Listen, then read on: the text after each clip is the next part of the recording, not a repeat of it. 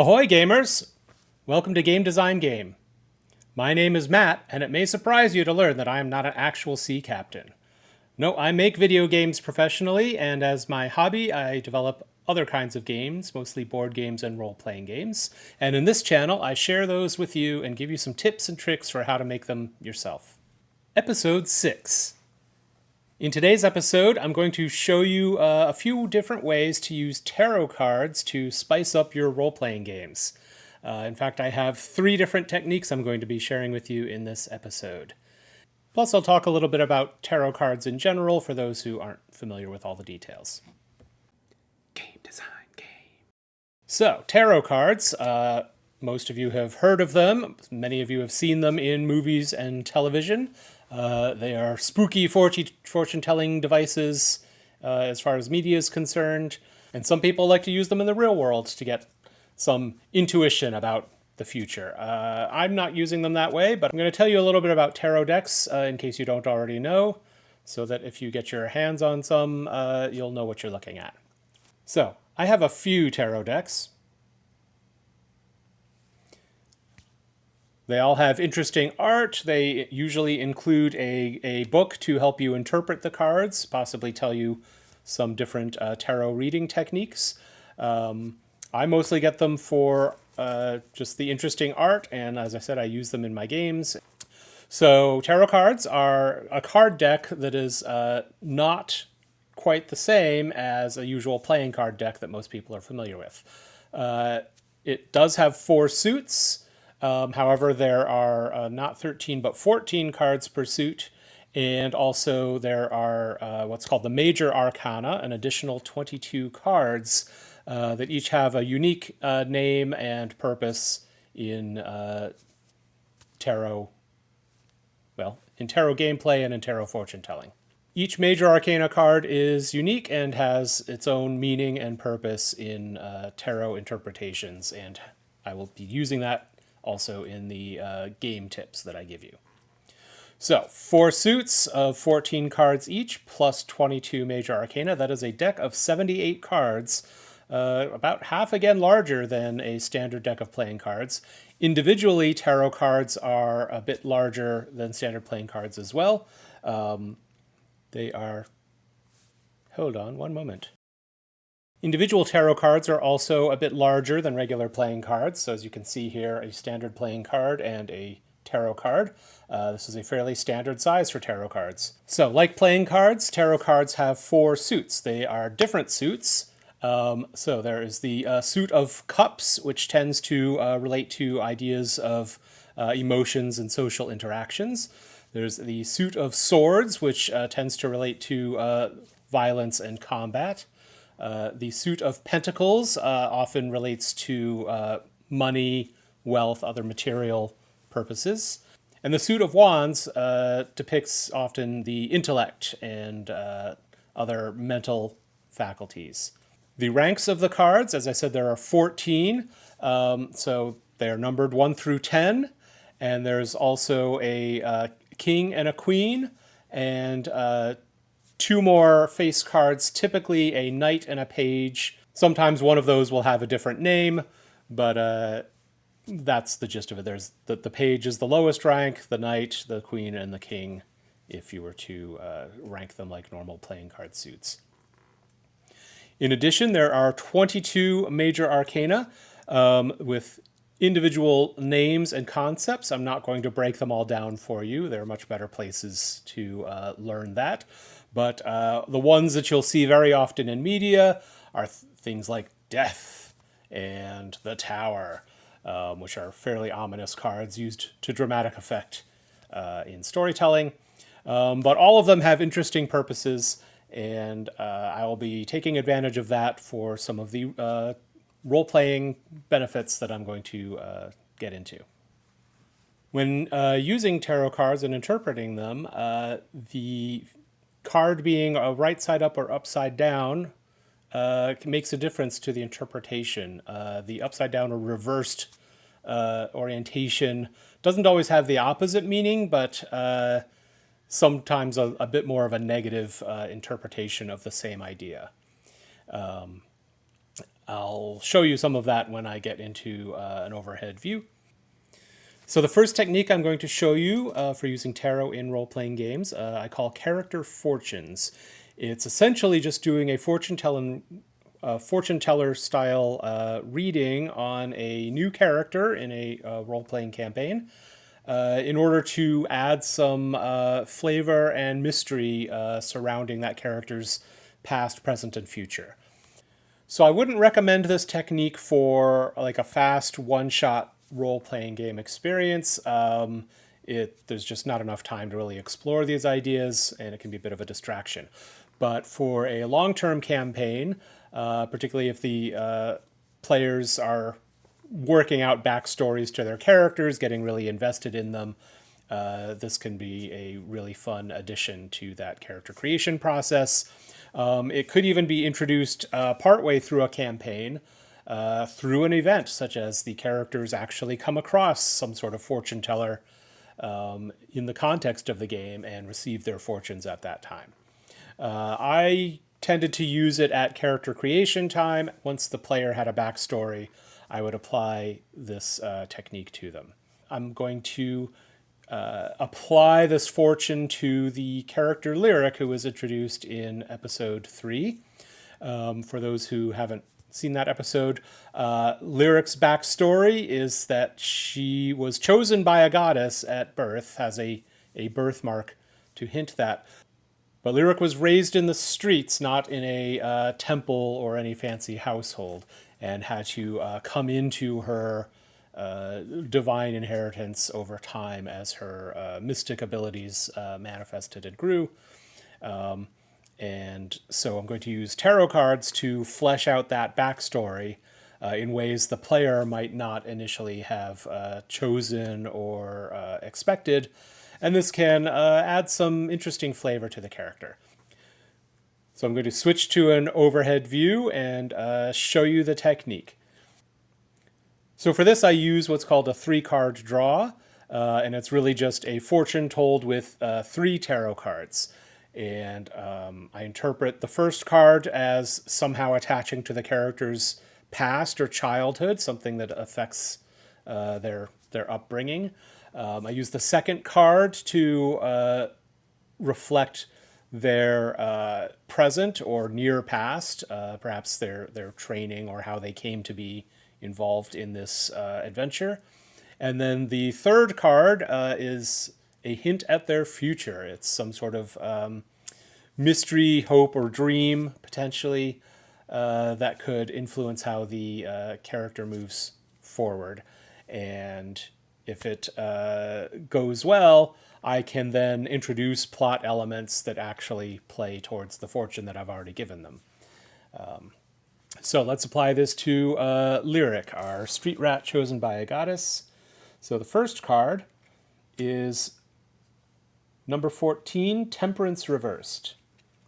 So Temperance is a major arcana, and because it's upside down from my perspective, that means I'm going to use the reversed interpretation. And for today's read, as you can see, I'm using Tarot of the Cat People, and so I can consult the little book and open it to a page that tells me about temperance, and specifically temperance reversed. And what I like about the Tarot of the Cat People for this technique is that they give a couple of different concepts for every card, which gives me more ways to try and tie it into the role-playing, and otherwise their interpretations are fairly simple. So temperance reversed, according to Tarot of the Cat People, means discord, disunion, conflict of interest, hostility, inability to work with others, difficulty in understanding others, impatience, and frustration. So we could apply this to Lyric's past in the context of growing up as a street rat.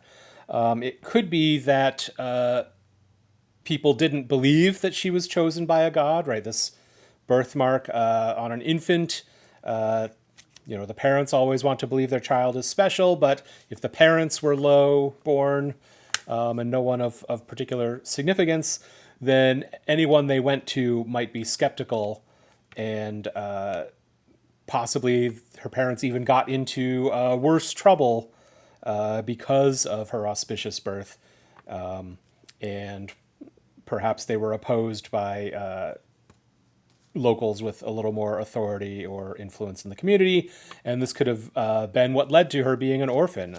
So, yes, this temperance reversed for Lyric means that she became an orphan because essentially of her being chosen, and the fact that her parents didn't have enough clout to get her well positioned as a result of this.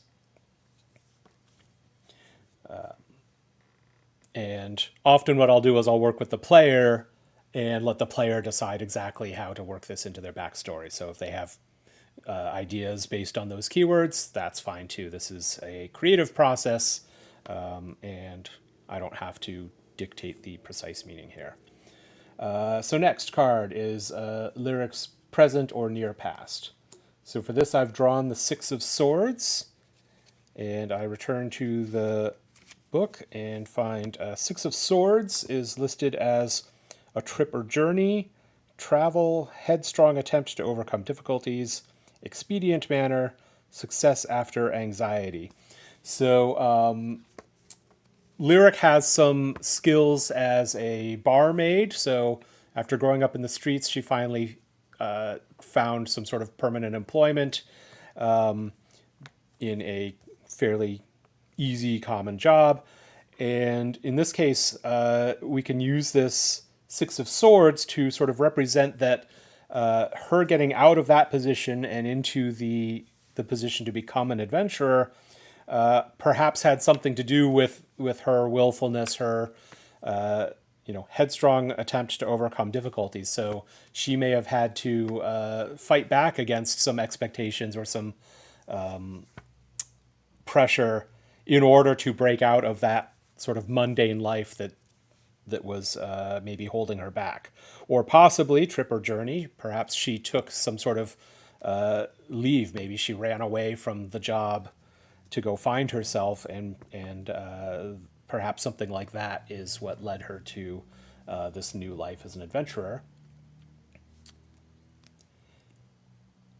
And now I'll go on to the third card, which is going to represent something that hasn't happened yet, or some place that she's going. And in this case, I've drawn the Page of Wands. So in this tarot, the page is that fourth face card suit. It is Page of Wands reversed, upside down from my perspective. So go back to the book and find Page of Wands reversed. Indecision in processing, reluctance, instability, inability to make decisions, a gossip, a bearer of bad tidings, a person who may break one's heart, or displeasure. So another sort of emotional strife card for Lyric, kind of fits the background a little bit. Now, in the concept, the goddess that she was chosen by is a goddess of community and bringing things together. And in this case, the reversed Page of Wands is sort of fighting against that. It's, it's doubt, it's upturn. So as Lyric has broken away from the mundane life into a life of adventuring, she may not have a lot of context to move forward here. So she may be reluctant. She may not quite know what to do, right? Inability to make decisions. And it could still be that someone from her past life is still trying to pull her back and weigh her down, gossip or a bearer of bad tidings. So because this is the future card, this is one where I, as the game master, would try to come up with some either part of the major plot or as a side plot or side character, find a way to work this in. So I kind of like the idea of the gossip or the person who might break her heart. And so maybe I'll come up with an NPC who, from Lyric's old life, who is still trying to pull her back and get her out of that crazy adventuring life that she's started into. And so one of the challenge, and this should be someone that she perhaps had a good relationship with, right? Not someone that she just wants to ignore or, fight against, but someone that she really does want to interact with. And so the challenge then for her will be to find a way to prove herself to them, or to win them to her, to accept her. So that's the technique in a nutshell. I don't need to do this again. This is a creative process of using the cards as inspiration to spark story for character background and character growth in the future. What you do with it, how you use it, and how your players use it is all up to you. And I'd say if you're starting a long-term role-playing campaign, especially if it's in a fantasy world where things like tarot cards would have weight, give it a try. You can always essentially ignore them if for whatever reason it doesn't really work out or lead to interesting ideas. It's very easy to ignore them. There's no rules effect here. So the second technique I want to show you is a way to use the Tarot Major Arcana cards to add a lot of interesting variety and flavor to an ongoing role-playing game. And essentially the idea behind this is that for every scene in the game, you draw one tarot card that will then influence how that scene feels or how it plays out. So for that, I'm going to show you my screen and talk through that. So I made up this little sheet of very condensed meanings for all of the major Arcana cards. I'm going to find a place to include this PDF such that you can download it and print it out for yourself if you want to use this, or you could try to make your own. I will put the link down in the blurb below because I don't quite know where I'm going to be able to store this yet. Anyway, so the idea of this is that all of the major arcana have meanings. These are fairly well established through tarot throughout history. And I've condensed them into concepts that are useful in a fantasy role-playing game. And so what you can see here is that Major Arcana, the Fool, its meaning, impulsiveness, new beginnings, spontaneity, things that it might help or aid, buffoonery, impulsive acts, or instinct, things that might hinder, advising people, seriousness, earning respect. An action might appear spontaneous, instinctive, or foolish, impulsive, depending on whether it succeeds or fails. And the entire scene, maybe instincts and impulses win out over plans and rational concepts. So by attaching these different ways of interpreting the card, when a scene begins, I can draw the card, and this sort of gives me tools I can use, or ways to shape how I describe people's successes and failures. It is possible to attach rules effects to this, like applying a bonus or penalty depending on someone's types of actions. So if someone's doing something impulsive or buffoonish, give a bonus. If they're trying to do something serious, give a penalty. But you don't really have to do that. You could really just play it up a little bit, or work it into the special effect. Like if the group is meeting with a serious person and someone in the group does something a little silly, maybe let it, just have a good influence on the NPC. Maybe they laugh and they warm up a little bit as a result. Whereas if they try to do something very,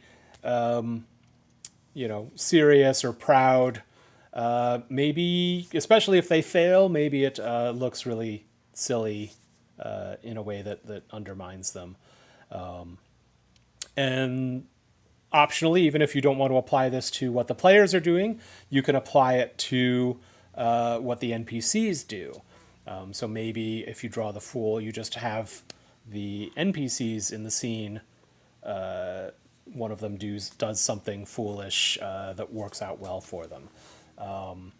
So I'm not going to go through all of these meanings or all of the cards, just show you that essentially I've worked this out for all of the major arcana.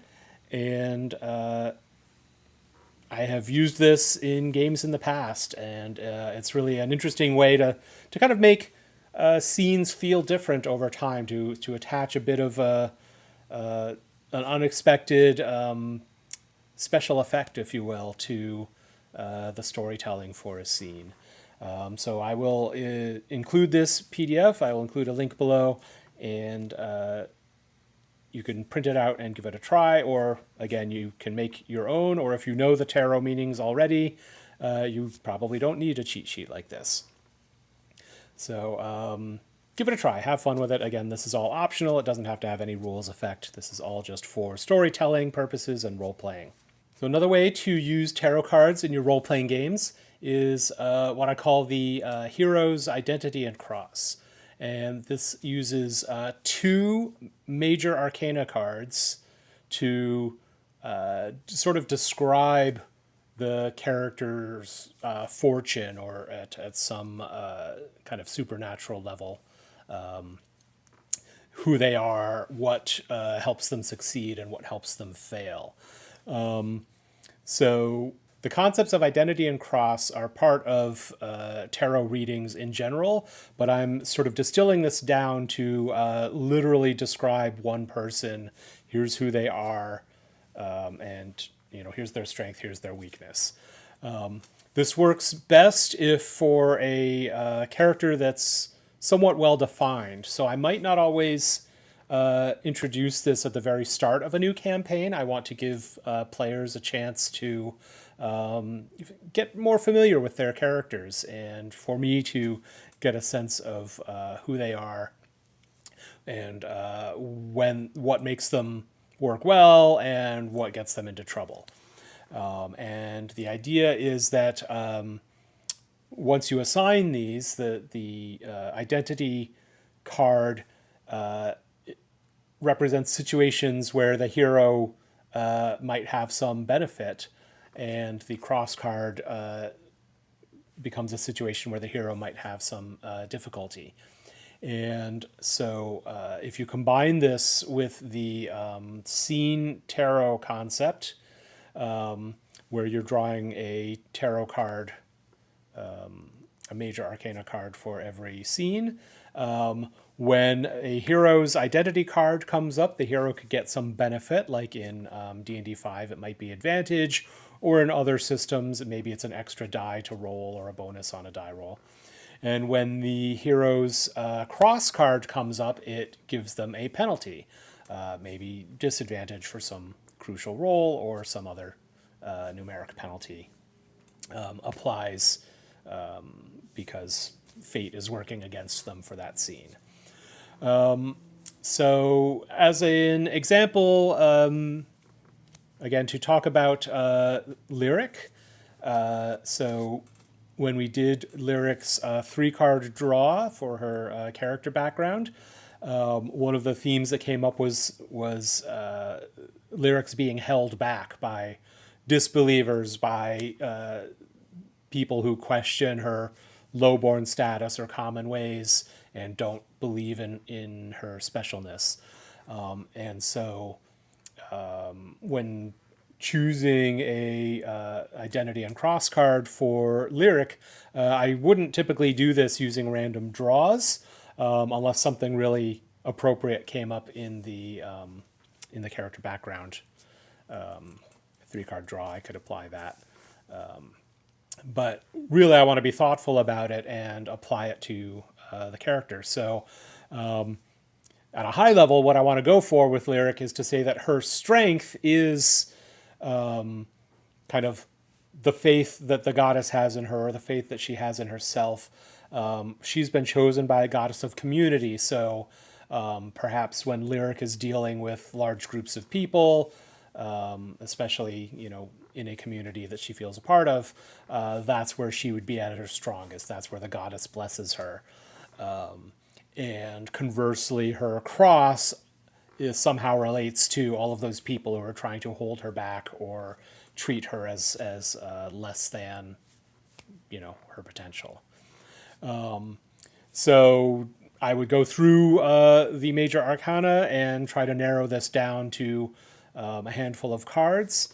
And so I'll just look at a few of those in regards to Lyric. So two that stand out to me for her. One is the Hierophant, a sort of priestly associated card. Tends to relate to religion, teaching, spiritual growth, and morality. And that could sort of play to her status as being chosen by a goddess. But the other card that catches my attention is the Empress, which often means like simple nature, cycles, harmony, pregnancy, love of life. But what I like about that for Lyric is that she does live mostly a simple life, and that the strength of her goddess is the strength of community and celebration, and this love of life concept stands out to me as something that might actually be suited to Lyric. So that when she is sort of using her simple life to create harmony with people, that's really her strong suit. So the Empress is ultimately the card I'm going to pick for Lyric's identity. And then for her cross, looking for cards that maybe hold her back a little bit. I looked at the Fool, right? Impulsiveness, new beginnings, and sort of lowly status. It's represented by the Fool.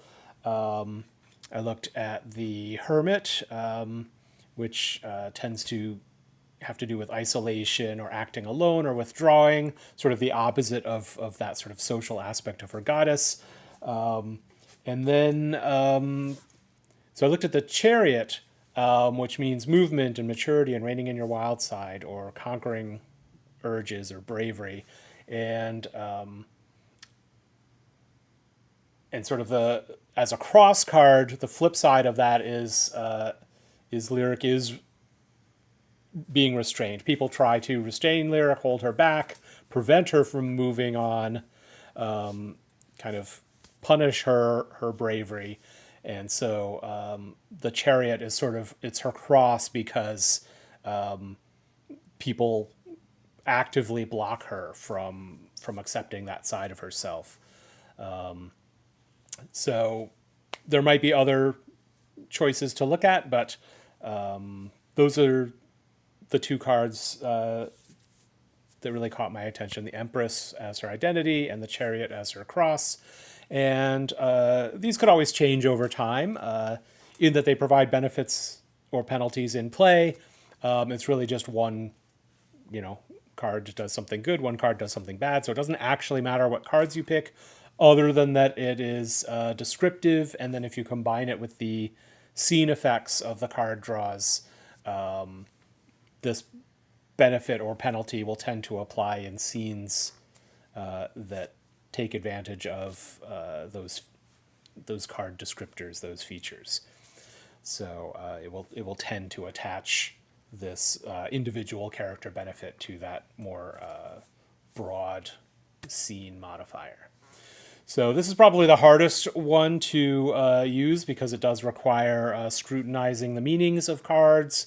It does require understanding the characters, and if you apply too many benefits or too much of a penalty, it could get out of hand. So this is definitely the last technique I would recommend of the three.